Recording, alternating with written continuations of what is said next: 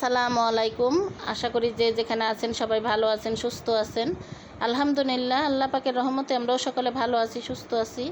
তো ভিডিওটা শুরু করলাম রাত থেকে, আর আমি মাত্র আসলাম হচ্ছে ডাক্তারের কাছ থেকে। তো ডাক্তারের কাছে গেলে একটু দেরি হয়, আর ওই রুমে আইসা দেখি আমার বোনের মেয়ে শুয়ে আছে, শরীরটা ভালো না, মানে লাইট বন্ধ করে শুয়ে আছে। আর আমি তো 2টা ডিম সিদ্ধ করে রাইখা গেছিলাম। এখন হচ্ছে ইলিশ মাছের লেজটা ভাজলাম, তো ডিম ভর্তা করব আর লেজ ভর্তা করব, তারপরে হচ্ছে এটা দিয়ে আমরা রাতের খাবার খাবো। কারণ দুপুরে আজকে ওরকম কিছু রান্না করা হয় নাই, কচু শাক ভাজি করছি আর ডাল রান্না করছিলাম, শেষ। তো এই হচ্ছে আমার সকালের পরিবেশ।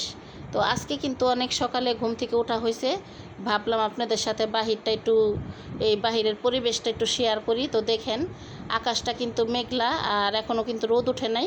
কারণ আজকে হঠাৎ করে না, অনেক দিন পরে এত সকাল আর কি ঘুম থেকে ওঠা হয়েছে। কারণ আমি এত সকালে ঘুম থেকে উঠি না। তো আমার যেহেতু ছোট বাচ্চা কাচ্চা নাই, তো আমি একটু লেট করে ঘুমের থেকে উঠি। তো এখানে হচ্ছে আমি যেহেতু ভাবলাম সকাল সকাল উঠছি, তো ঘরের কাজকর্মগুলা শেষ করি আস্তে আস্তে। তো এখানে হচ্ছে আমি ফ্রিজে যা যা ছিল না এগুলো হচ্ছে বের করলাম। ইলিশ মাছ দিয়ে আজকে পটল আলু দিয়ে রান্না করব। তো পটল এগুলো আর পেঁয়াজ টিয়াজ কাটার জন্য এগুলো সব বের করলাম। পেঁয়াজ টিয়াজ সব কাটা শেষ। আর এখানে হচ্ছে আমি থালাবাটি ধোয়া শেষ। তো এখন আর কি চাল ডাল নেব পাতিলায়, চাল ডাল নিয়ে চাল ডালগুলো ধুইয়া রাখবো, তারপরে হচ্ছে নাস্তা করব, নাস্তা করে রান্না বসাবো চুলায়। আর রান্না বসাই দিয়ে না ঘরটর গুছানো যায় আস্তে আস্তে। তো ভাত ডাল 2 চুলাতে বসাই দিলে তারপরে হচ্ছে ঘর দুয়ার গুছাতে পারবো। আর এখানে কিন্তু দেখেন আমার ঘরটার কিন্তু একেবারে আগোছালো, স্ট্যান্ড ভর্তি কাপড় চোপড়। কারণ রাত্রে আয়না রাখছি, যে যদি ভাবছি যেহেতু যদি বৃষ্টি নামে, এই জন্য রাত্রে সব কাপড় চোপড় বারান্দা থেকে আয়না রাখছি। তো যাই হোক, আমার ভিডিওটা না টেনে সম্পূর্ণ ভিডিওটা দেখতে থাকুন, পাশেই থাকুন। ভালো লাগলে আমার চ্যানেলটা অবশ্যই সাবস্ক্রাইব করে দেবেন, লাইক কমেন্ট শেয়ার করে দেবেন। আর এখানে হচ্ছে ইলিশ মাছও বের করছি, ইলিশ মাছের লবণ মাখা শেষ, পেঁয়াজ মরিচ কাটা শেষ। শুধু এখন হচ্ছে আলু আর পটলটা কাটবো। আর এই তো চুলার পরে ডাল আর হচ্ছে চাল এগুলো ধুইয়া রাখছি, আর কাপড় ভিজানোর জন্য চুলায় পানিও বসাই দিছি। তো যতই গরম থাক আর যা থাক, রান্নাঘরে তো ঢুকতেই হবে। কারণ মেঘলা আকাশ হলে কি হবে, তো গরম কিন্তু প্রচুর গরম লাগতেছে। আর আস্তে আস্তে দেখা যাইতেছে রোদ উঠবে, কারণ সূর্য আস্তে আস্তে উঠতেছে। তো অনেক সকালেই ছিল একটু অন্ধকার অন্ধকার, তো এখন কিন্তু আস্তে আস্তে রোদ উঠতেছে, বেলা বাড়তেছে আর রোদ উঠতেছে। আর ডিম সিদ্ধ দিছি, ডিমটাও হয়ে গেছে প্রায়। এখন আমি চুলাটা বন্ধ করে দিব, ডিম সিদ্ধ শেষ।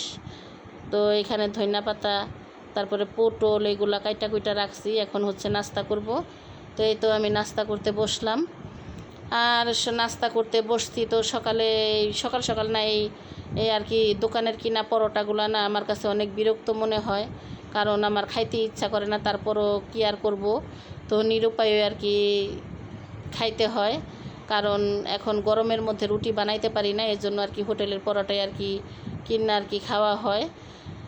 তো এই তো নাস্তা করা শেষ হইলে এই তো আস্তে আস্তে সব কিছুই করা শেষ হয়ে যাবে।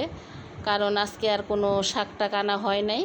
তো শাক ছাড়া তো আমার ভাত খাওয়াই হয় না, কিন্তু আজকে আর শাক আনি নাই। কারণ আজকে ভাবলাম যে যা আছে এগুলোই রান্না করি, কালকে আবার হচ্ছে আগামীকাল হচ্ছে শাক টাক যা আছে এগুলো আর কি আনাবো, যা যা লাগে। তো আজকে হচ্ছে সবজি দিয়ে মাছ রান্না করি। তো এখানে হচ্ছে চাও আয়না দিয়ে গেছে, তো ওনার আমি বলতেছি যে তুমি খাইয়া যাও, উনি খাবে না। আর এখান দিয়ে কিন্তু আমার ডালটা প্রায় রান্না শেষ, এখন শুধু ডালটা আমি বাগার দিব।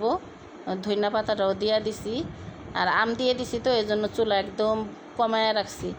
তো এই তো এখানে হচ্ছে আমার ডালটা বাগার দেওয়া শেষ। এখন আমি এই চুলাতে তরকারি বসাবো, তরকারি বসানোর জন্য কড়াইটা চুলায় বসাই দিছি।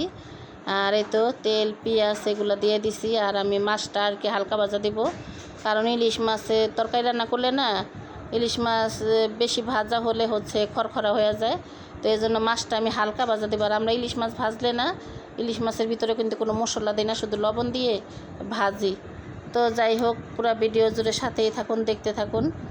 তো এখানে হচ্ছে মাছটা ভাজা হোক।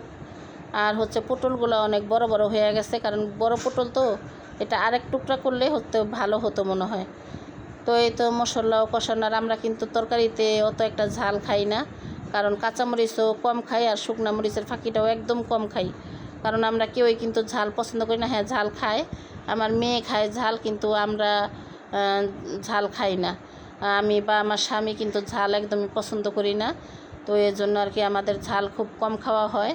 আর তরকারিতে না, ওই যে আমি যে টমেটোগুলো আর কি রাখছি ফ্রিজে গালাইয়া সিদ্ধ করে, ওই টমেটো দিলে না, একটু টমেটো দিলে তরকারি একদম সুন্দর কালার হয়ে যায়। আর এখানে হলো আমার মেয়ে বসে বসে আম খাইতেছে। আম ওই যার বাবা আনছে আম, তো আমগুলা আমার বলতেছে যে কাটো, কাইটা দেখো যে আমগুলা মিষ্টি কিনা। তো ওই আর কি কাটছে, কাইটা এখানে বসে বসে আম খাইতেছে। আর এই তো বিছানার চাদরটা আর কি ধোয়া হয়েছে, তো এতক্ষণ মনে হয় শুকাইয়া গেছে, এখন আইনা আর কি বিছাবো। তো আমি কিন্তু চাদর দেই না রোদে, কারণ চাদরের রং নষ্ট হয়ে যায়, এই জন্য চাদর রোদে দেই না। তো আজকে আর কি বিছাবো তাড়াতাড়ি, এই জন্য আর কি দিছি একটু ছাদের উপরে, কারণ দোনো রুমের চাদর আর 2-3 দিন পরে আর কি একবারে উঠাবো দোনো রুমেরটা। তো ওই যে ডাল পরাতে ভাবছি যে এটা একটু উঠাইয়া দেই, একটু খাচ্চা দেই, পরে শুকালে আবার বিছাবো। আর এখানে ঘর দুয়ার ঝাড়ু দেওয়া হইতেছে, কারণ ঘর দুয়ার ঝাড়ু দিলে মুছলে হচ্ছে আমাদের কাজকর্ম শেষ। আর কাজকর্ম শেষ বলতে কি, মানুষ যে পর্যন্ত আর কি দুনিয়াতে আছে ওই পর্যন্ত কাজের কোনো শেষ নাই। আর মানুষের ভাবনা চিন্তা সুখ দুঃখ এগুলোরও কোনো শেষ নেই, কারণ সব কিছু মিলে এই মানুষের জীবন, ভালো মন্দ সুখ দুঃখ এই সব কিছু মিলে এই মানুষের জীবন। তো এখানে হচ্ছে আমি আর কি ভাত বেড়া নিয়ে আসলাম খাওয়ার জন্য। তো এখানে ঢাইকা রাখলাম, কারণ আমার স্বামী কাজের থেকে চলে আসতে। তো আয়সা বলতাছে, উনি কিন্তু আসে না সবসময়, মাঝে মধ্যে, তো বলতাছে আমার তাড়াতাড়ি ভাত দাও। ওনার আবার ভাত দিলাম। তো উপরে বসে নাই, কারণ ওনার হচ্ছে শরীরে হচ্ছে ময়লা, এজন্য আর উপরে বসে নাই। তো বললো আমার এখানেই দাও, নিচেই দাও, আমি খাইয়া তাড়াতাড়ি জায়গা। তো এর জন্য আর কি ওনার এখানেই দিলাম। তো যাই হোক, আমার আজকের ভিডিওটা আপনাদের কাছে কেমন লাগলো কমেন্ট বক্সে জানাবেন। কথার মাঝে কোনো ভুল ত্রুটি হইলে ক্ষমার দৃষ্টিতে দেখবেন। আজকের মতন এই পর্যন্তই। সবাই ভালো থাকবেন, সুস্থ থাকবেন। আবার দেখা হবে আগামী কোনো ভিডিওতে। সবার কাছ থেকে বিদায় নিচ্ছি। আল্লাহ হাফেজ।